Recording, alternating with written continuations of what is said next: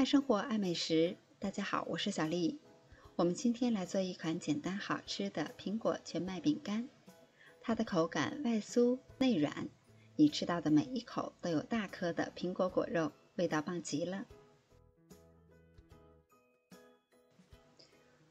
在大碗中加入250克的全麦面粉，加入40克的零卡糖或是白砂糖，3克的五铝泡打粉，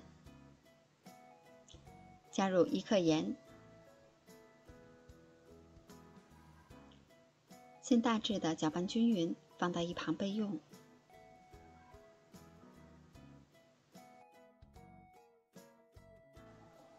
我准备了2颗苹果，大约有500克，清洗干净去皮。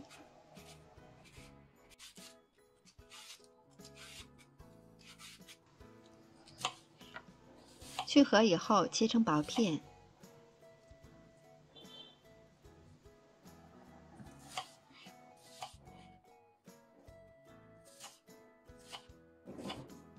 最后切成这样的小块，切好以后放到碗中备用。在调好的面粉碗中加入1到2毫升的香草精，如果没有也可以不放。加入100克融化好的黄油，拌匀。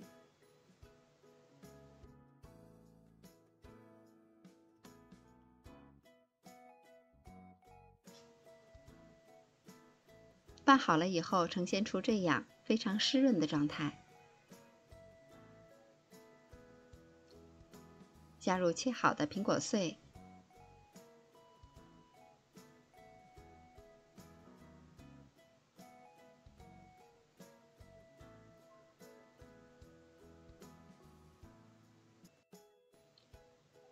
拌好了以后，再根据实际情况少量多次的添加牛奶。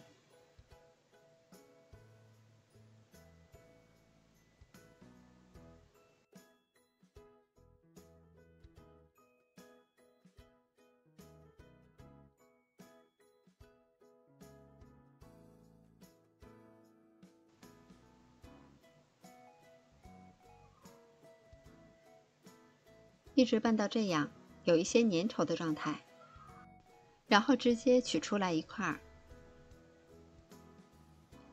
用手做出饼干的形状，把做好的生胚都摆放到烤盘中，可以在中间的部位稍稍的刷一些牛奶，再撒上一些即食的燕麦片装饰。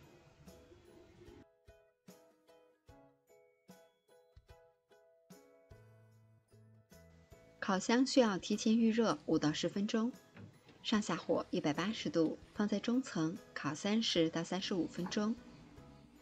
我这个饼干做的有一些厚，所以烤的时间比较长。